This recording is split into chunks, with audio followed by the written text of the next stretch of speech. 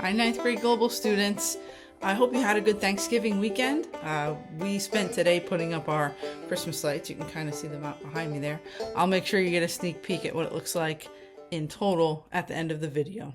For now, I wanted to give you what is probably going to be your last video before the 2-week holiday break coming up, so I hope you stay with me. This video is all about classical Rome. Now remember, this is just a brief overview of ancient Rome and the Roman Empire. We'll get more into the details of what I talk about in this video in class during our assignments. This is just your introduction. Okay, so let's start. I've made a list of 5 things you should know about ancient Rome and the Roman Empire. The time period we're talking about is from about 509 BCE till about 476 CE. This time spans almost 1,000 years of history that we're covering now. Before we talk history, let's talk geography. Here's the first thing you need to know about Rome. Rome is a city that's located on the Italian peninsula.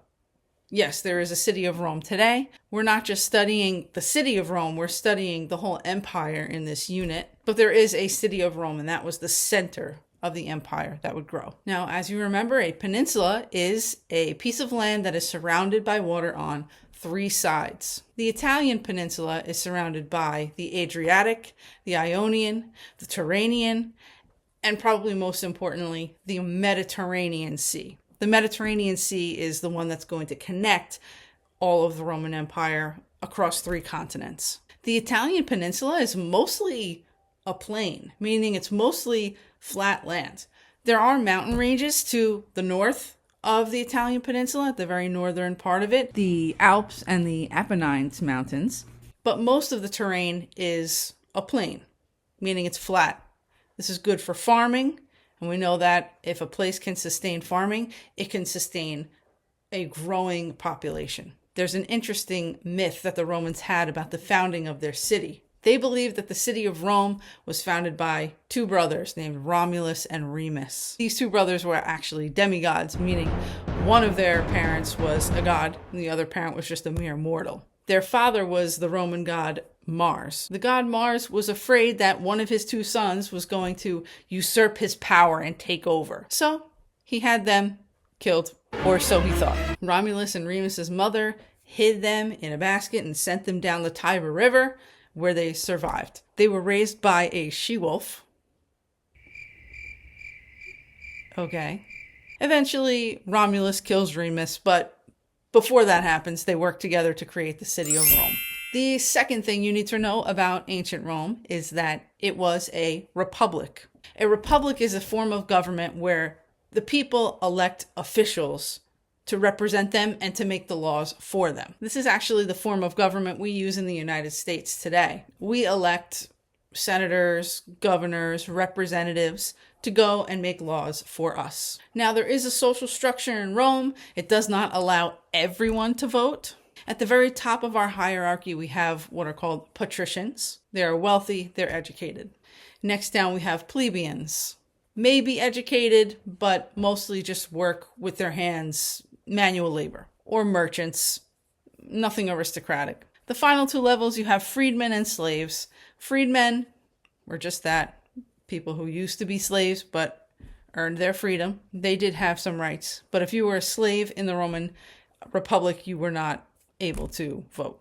Women in the Roman Empire are considered citizens, but they're kind of linked to their husbands. They don't have the right to vote, but they were seen as citizens. They had certain rights as citizens, but just not the right to vote. This form of a republic was kind of complicated. There were different councils and tribunes and groups of people that made up the process of creating laws for the people. But at the end of the day, the important thing to remember is that the people, the citizens of Rome, were the ones who had the power to make the decisions.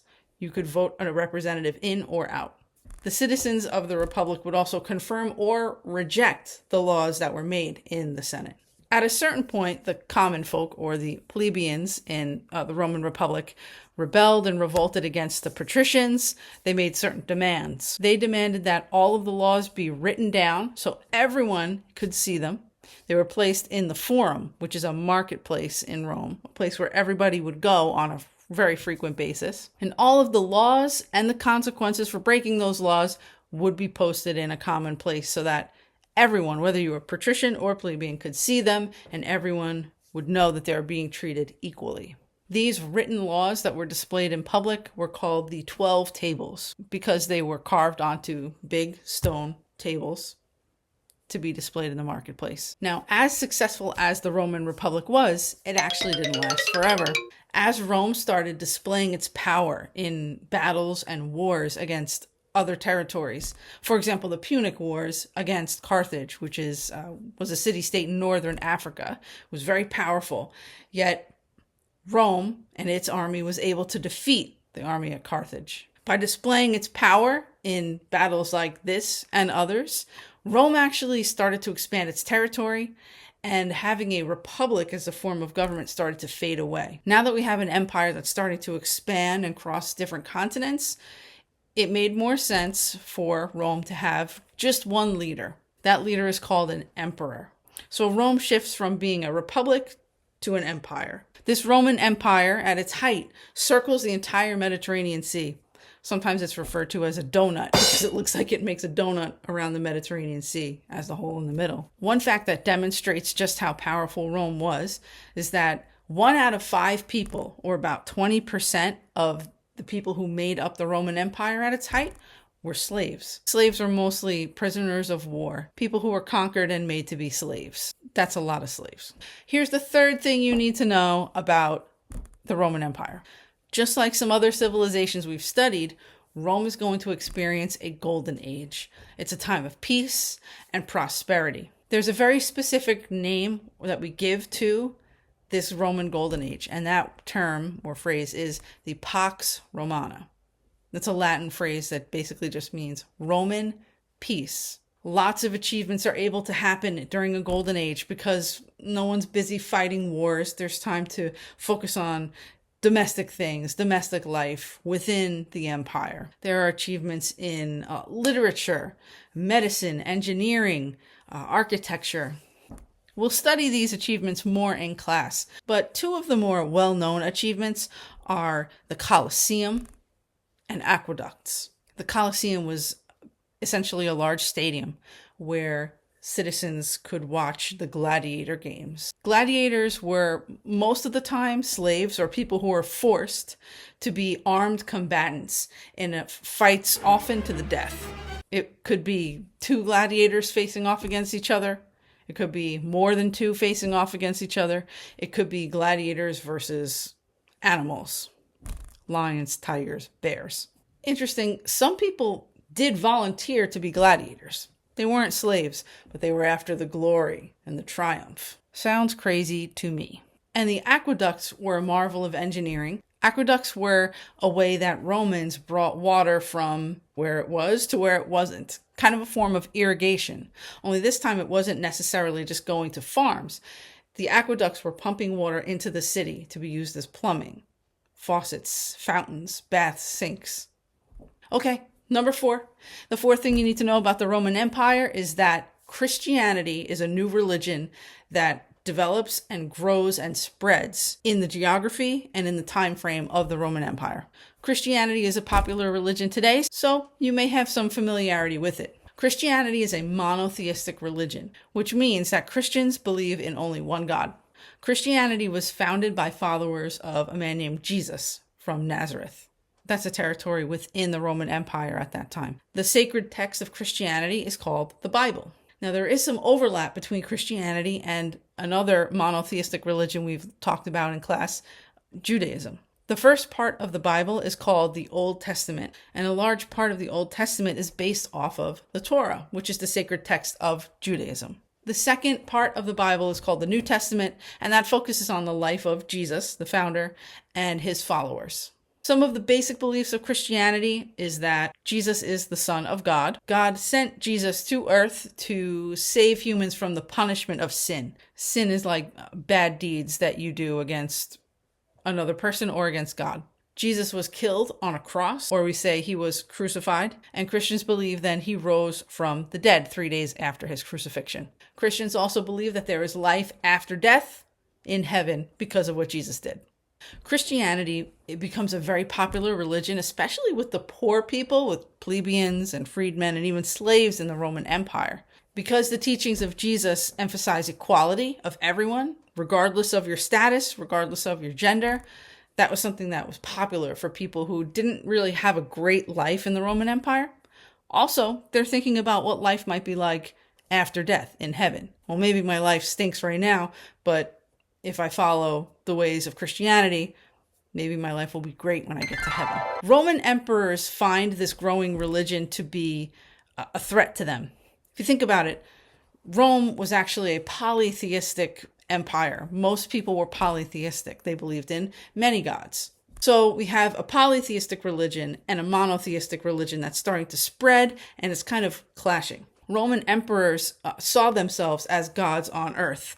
So it was a threat to them to hear, oh, you believe Jesus is God? See how that could cause some problems. Now, unfortunately, because of this, many Christians are persecuted, meaning they're punished or tortured, and sometimes even killed within the Roman Empire. In the year 64 CE, there's a major fire in Rome, very destructive. I think it blazes for like 3 days. The emperor at that time, Nero, blames Christians for this fire, and obviously that makes people very angry at the Christians. He basically scapegoated them. A scapegoat is a person who's blamed for the actions of others. Now, eventually, things start to change in the Roman Empire for Christians when one of the emperors in the future, named Constantine, converts to Christianity. Conversion, or to be converted, means to become a believer in. So Emperor Constantine, before a battle, had a vision of the cross in the sky, and he heard God speaking to him, telling him to conquer in his name. So he did. After that time,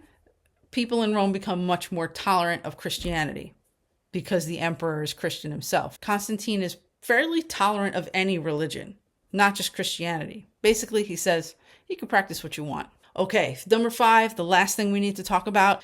A major event in world history is considered to be the fall of Rome, meaning the empire doesn't last forever and eventually it collapses. Firstly, as we mentioned, the geography of the empire itself is huge. It circles 3 continents. You have Europe, Africa, Asia, parts of the Middle East included in this massive Roman Empire.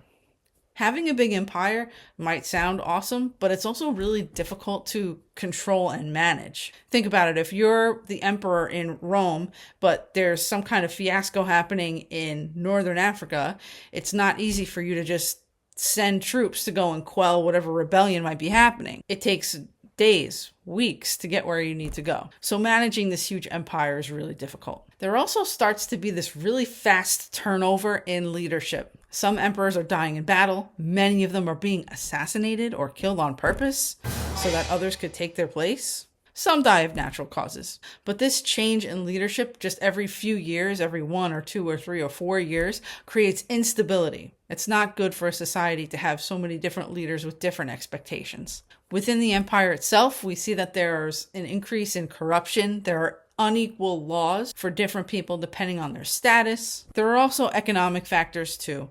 There are very high taxes at this time. There's a decrease in trade. And when there's not as much trade happening within a society, we know that that means less money or less wealth coming in. One of the last factors we consider is invasions. All around the northern part of the Roman Empire, there were groups of people called barbarians. Well, the Romans called them barbarians anyway. These are tribes of Germanic peoples who would see Rome's weakness and decided to attack and take what they could.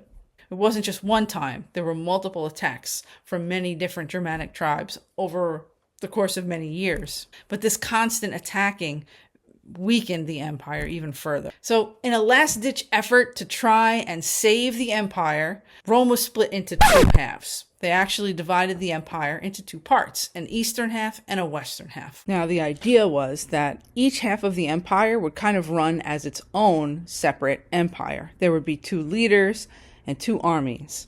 Essentially, they were trying to mitigate the problem of the empire being too big to control by just making it half the size. Believe it or not, the eastern half of the empire does survive. It actually thrives, and it morphs into something we're going to call the Byzantine Empire. But the western half is not as successful because of all the reasons we just talked about.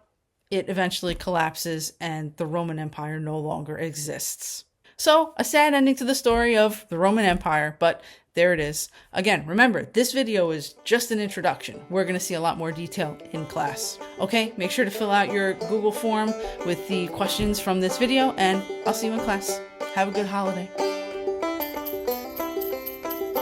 Looking pretty good.